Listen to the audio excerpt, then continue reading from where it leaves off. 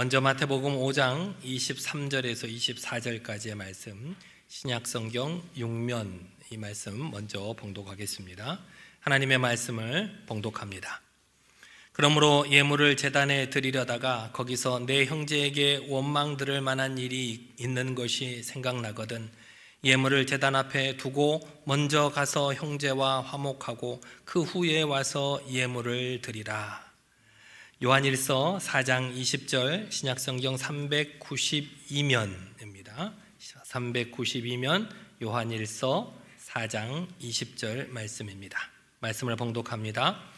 누구든지 하나님을 사랑하노라 하고 그 형제를 미워하면 이는 거짓말하는 자니 보는 바 형제를 사랑하지 아니하는 자는 보지 못하는 바 하나님을 사랑할 수 없느니라. 아멘.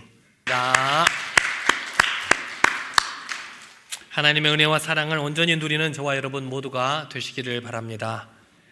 우리 옆 사람과 다시 한번 인사해 볼까요? 한 주간 평안하셨습니까? 반대쪽으로도 한 주간 평안하셨습니까? 어떻게 옆 사람 얼굴을 보니까 평안해 보여요? 정말로요? 네. 우리는 신앙생활을 하면서 평안하게 보내는 걸 늘 소원합니다. 평안하게, 하나님의 은혜로 평안하게 보내는 걸 소원하는데 어쩌다 보면 이 평안과 도피를 혼동할 때가 있습니다. 평안과 도피. 한 집사님이 부부싸움을 크게 했습니다. 홧김에 이 남자 집사님이 아내에게 상처가 되는 말을 막 쏟아붓고는 씩씩거리면서 집을 나왔습니다. 저 정도 되는 이렇게 한국 남자들이 집을 나오면 갈 데가 없어요. 저도 그래서 집을 안 나와요. 갈 데가 없어요. 특별히 만날 만한 친구들도 있는 게 아니고 그래 봐야 저는 그래서 집에 아니면 교회에 있는 것이 대부분이죠. 이 집사님도 그랬나 봐요. 갈 데가 없어서 교회로 왔어요. 교회 와가지고 본당에 와서 조용히 기도를 하고 있어요. 기도를 하면서 하나님 앞에서 자신의 억울함과 분노를 막 토해내면서 한참을 기도했어요. 하나님, 제가 이렇게 해서 화를 낸 건데 그것도 몰라주고, 그렇게 눈물 콧물 흘리면서 기도하다 보니까 마음이 차분해지고 시원해지는 걸 느꼈어요. 하나님께서 내 마음을 만져주셨구나. 하나님께서 나를 이해해 주셨구나. 그렇게 편안한 마음으로 집으로 돌아갔습니다. 집에 가보니까 아내의 얼굴이 어떤 얼굴이었을까요? 여전히 화나 있고 표정은 차가운 얼굴이에요. 이 남편 집사님이 이렇게 생각했답니다. 나는 교회 가서 기도로 다 풀고 은혜 받았는데 저 사람은 아직도 꽁해 있네. 영적으로 덜 성숙했어. 그렇게 생각을 했더랍니다. 여러분, 이 집사님이 가지고 마음에 있는 평안이 하나님께서 주신 평안일까요? 아니면 하나님 뒤로 숨어버린 비겁함일까요? 우리는 종종 신앙생활이라는 이름으로 포장된 우리의 미묘한 위선에 대해서 오늘 말씀을 좀 해보려고 합니다. 이것이 과연 하나님께서 내게 주신 평안인가? 아니면 내가 하나님의 든든한 백 뒤에 몰래 숨어 있는 것인가? 우리는 종종 사람에게 사과해야 할 문제를 하나님께 기도하는 것으로 해결했다고 믿고 싶어 합니다. 왜냐하면 보이지 않는 하나님께 회개하는 것이 눈에 보이는 사람에게 미안해라고 고개를 숙이는 것보다 훨씬 더 쉽고 자존심도 덜 상하기 때문입니다. 하지만 오늘 본문은 우리의 이런 거룩한 도피를 딱 가로막고 있습니다. 오늘 말씀을 통해서 하나님 뒤에 숨는 신앙이 아니라 하나님을 만나서 용기를 얻어서 세상으로, 그리고 또 나와 껄끄러운 관계에 있는 사람과의 관계 회복을 완성할 수 있는 저와 여러분 모두가 되시기를 바랍니다.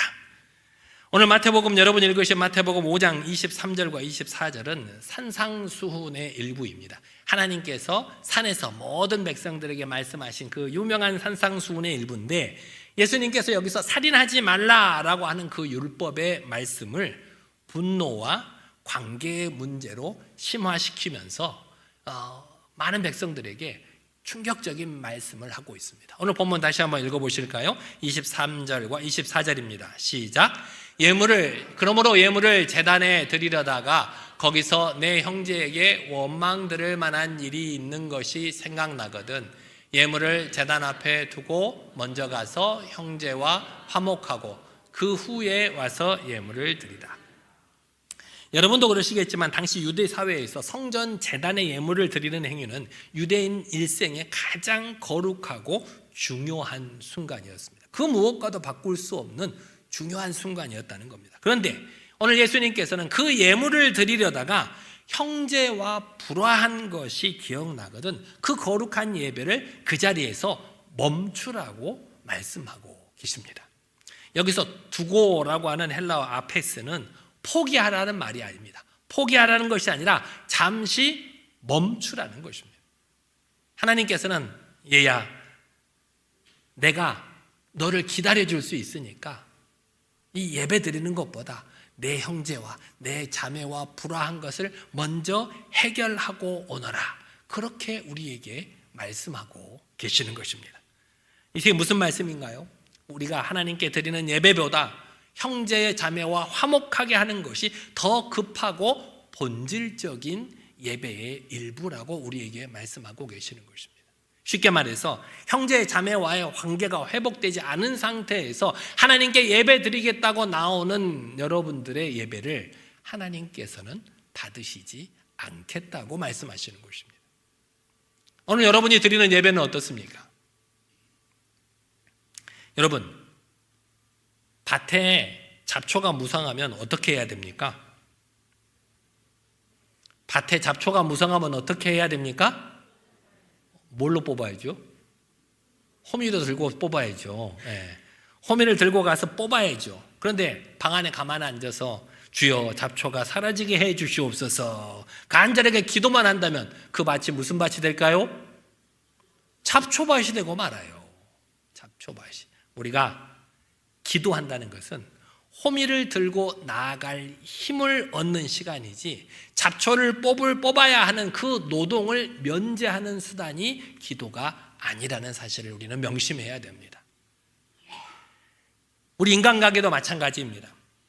우리 인간관계에 꼬인 관계가 있다면, 말실수를 한 게 있다면, 돈 문제로 얽힌 것이 있다면 하나님께 기도하시겠죠. 하나님, 이 문제를 다 해결해 주시기를 바랍니다. 간절히 기도하실 테죠. 그러나 그것이 끝나는 것이 아니라 그 기도의 힘을 얻어서 상대방을 찾아가야 한다는 것입니다.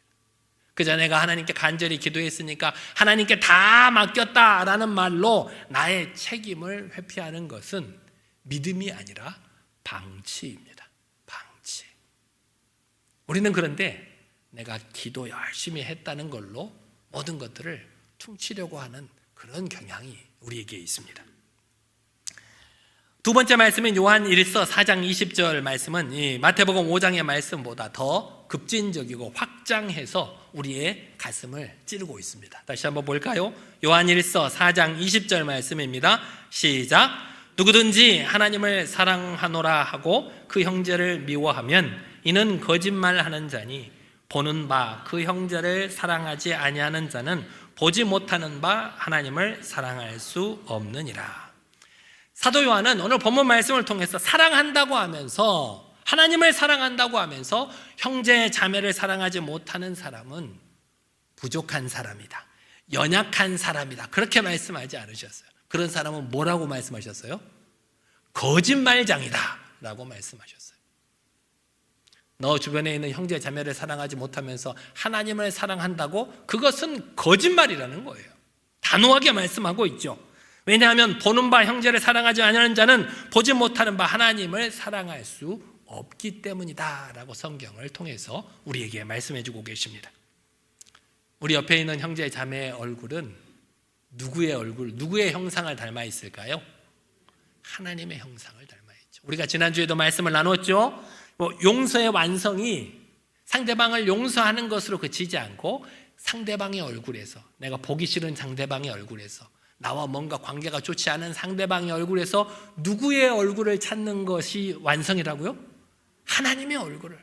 상대방의 얼굴에서 하나님의 얼굴을 찾는 것이 용서의 완성이라고 말씀드렸던 것처럼 당장 내 눈앞에 있는 형제 자매를 사랑하지 못하면서 보이지 않는 하나님을 내가 사랑한다고 말하는 것은 논리적으로 성립하지 못한다는 거예요.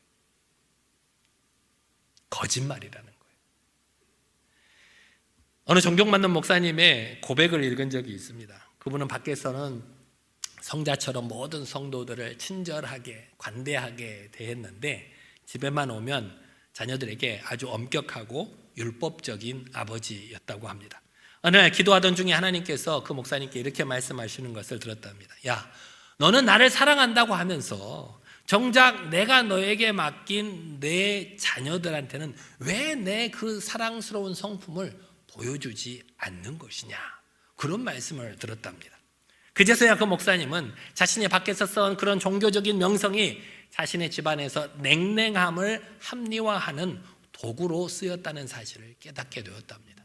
밖에서는 존경받고 친절하고 관대한 목사님인데 그 관대함을 자신의 가장 가까운 자신의 식구들에게는 베풀어 주지 못했다는 겁니다.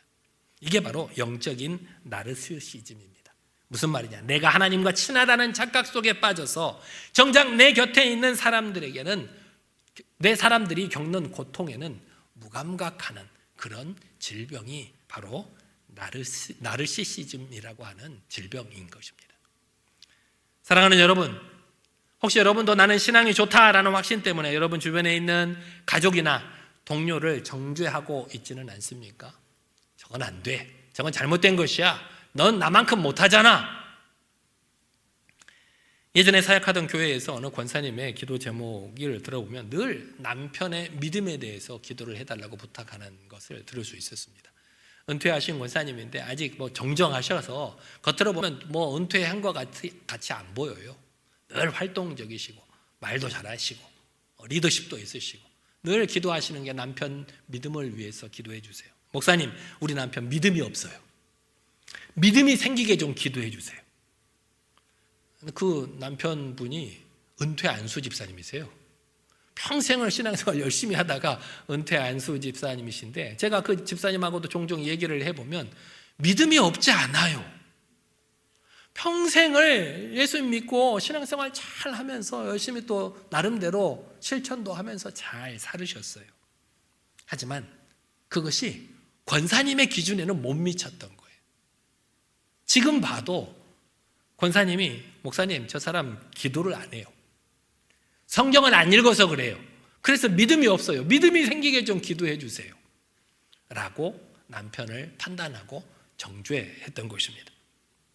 우리도 이처럼 우리 주변에 있는 다른 사람을 정죄하면서 정작 내가 그 사람 마음에 상처를 주지는 않았는지, 내 말과 내 행동으로 그 사람이 상처받지는 않았는지 되돌아볼 수 있는 여러분들이 되시기를 바랍니다. 만약에 그렇다면 오늘 사도 바울이 우리에게 말한 것처럼 우리는 거짓말하는 사람이 될 수 있기 때문입니다. 하나님께서는 우리가 화려한 신학적인 지식을 가지고 오랜 신앙 경력을 자랑하기를 원치 않으십니다. 그 무엇보다도 오늘 아침에 내 사랑하는 남편을 위해, 사랑하는 아내를 위해서 건네는 따뜻한 말 한마디, 내게 맡겨주신 우리 자녀에게 건네는 사과의 말 한마디를 통해서 하나님께서는 우리가 당신을 얼마나 사랑하시는지를 확인한다는 것입니다. 그러면 우리는 어떻게 해야 될까요? 진정으로 하나님을 만난 사람들은 어떤 모습으로 살아가게 될까요? 우리가 지난 주일에 보았던 구약의 야곱을 통해서 우리는 그 사실을 확인할 수 있습니다. 야곱은 평생 도망자로 살았습니다. 아버지를 속이고 형 에서를 속이고 평생을 고향에서 떠나서 외부에서 도망자로 살았던 사람이었습니다.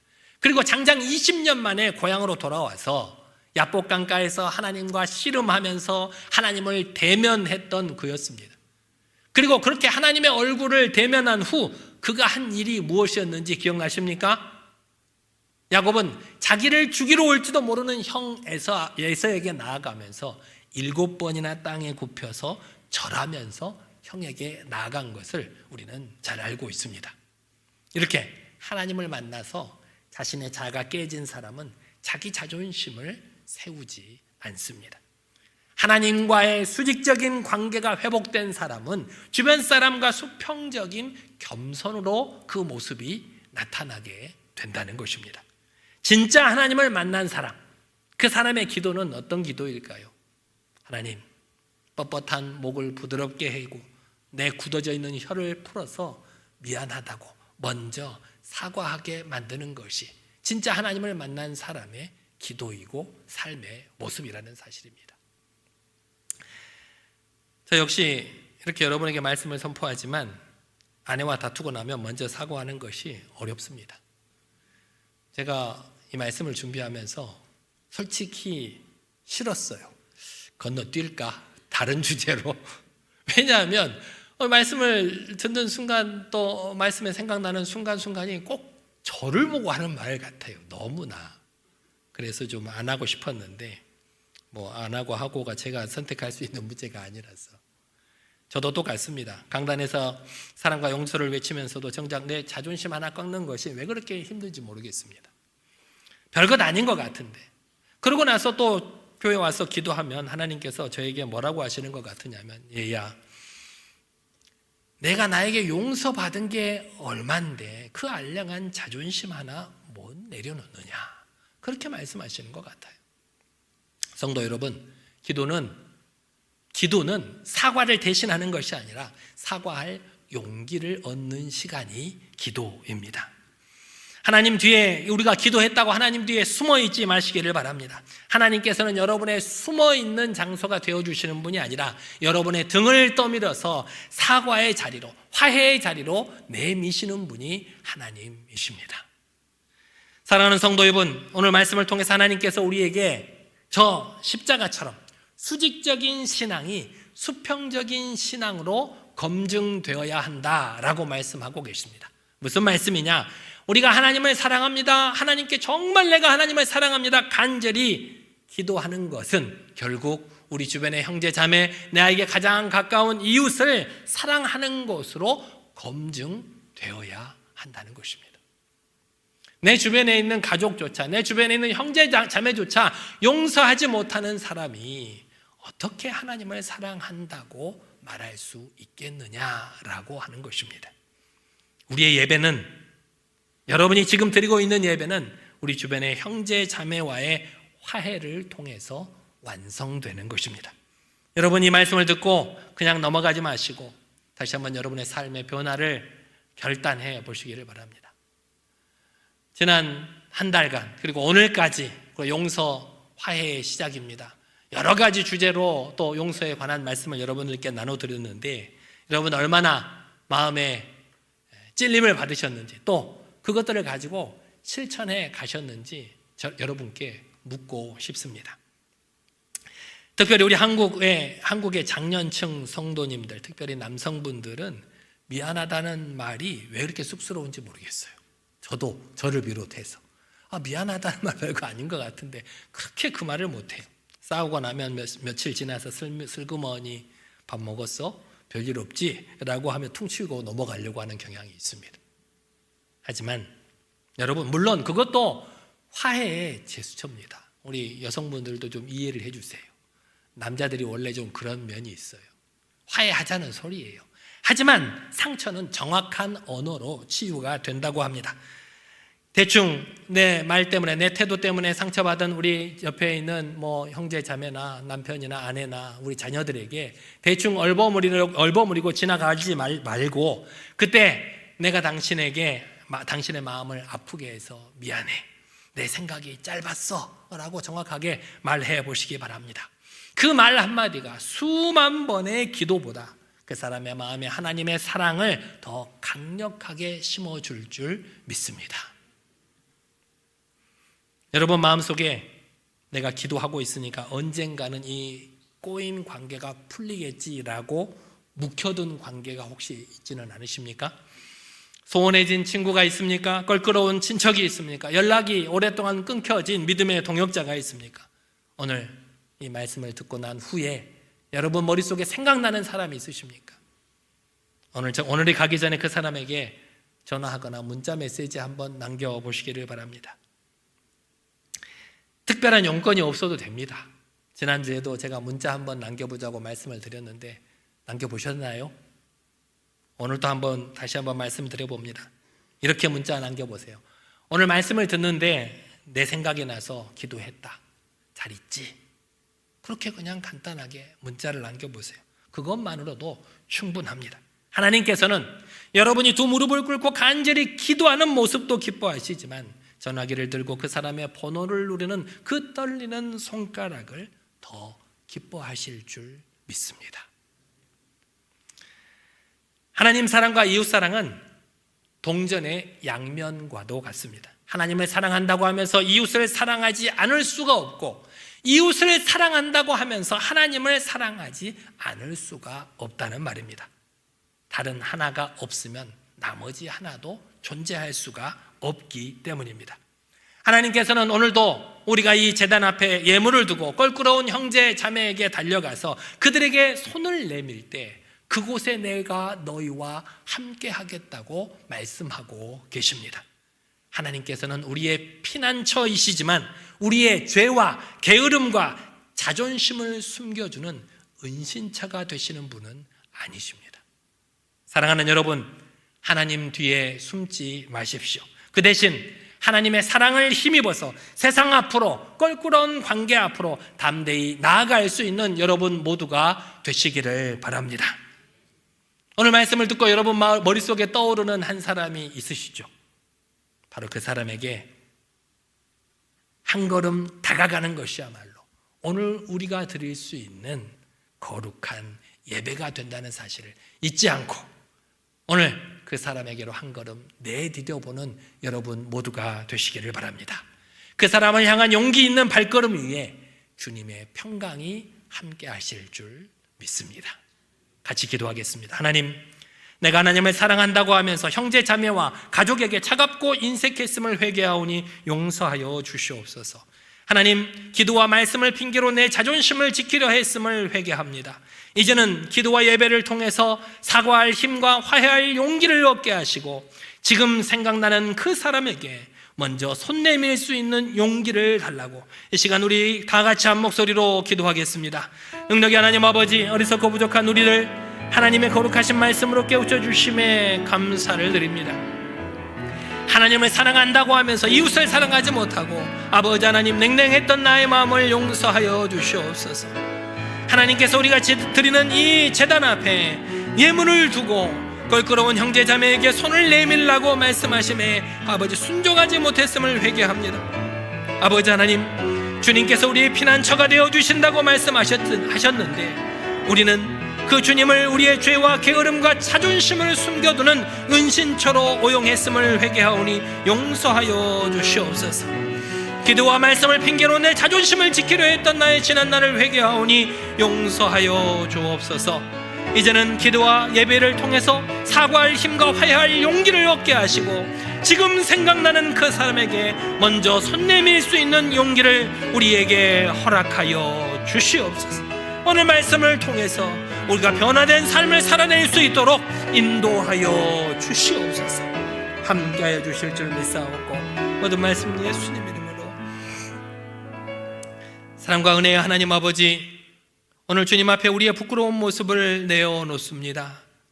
우리는 하나님을 사랑한다고 말하면서도 정작 내 곁에 있는 형제 자매와 가족들에게는 차갑고 인색했던 나의 지난 날을 회개하오니 용서하여 주시옵소서. 기도를 핑계 삼아 사과를 미루고 말씀을 방패 삼아 내 자존심을 지키려 했던 우리의 위선을 용서하여 주시옵소서. 주님, 우리에게 하나님 뒤에 숨지 않는 용기를 허락하여 주옵소서. 예배드리는 이 시간이 도피의 시간이 아니라 사과할 힘을 얻고 화해할 용기를 얻는 시간이 되게 하여 주옵소서. 오늘 말씀을 듣고 생각나는 그 한 사람에게 먼저 손 내밀 수 있는 용기를 허락하여 주옵소서. 우리의 작은 실천을 통해 하나님의 놀라운 사랑을 온 세상에 증거하도록 인도하여 주옵소서. 우리의 화목제물이 되신 예수 그리스도의 이름으로 간절히 기도드리옵나이다. 아멘.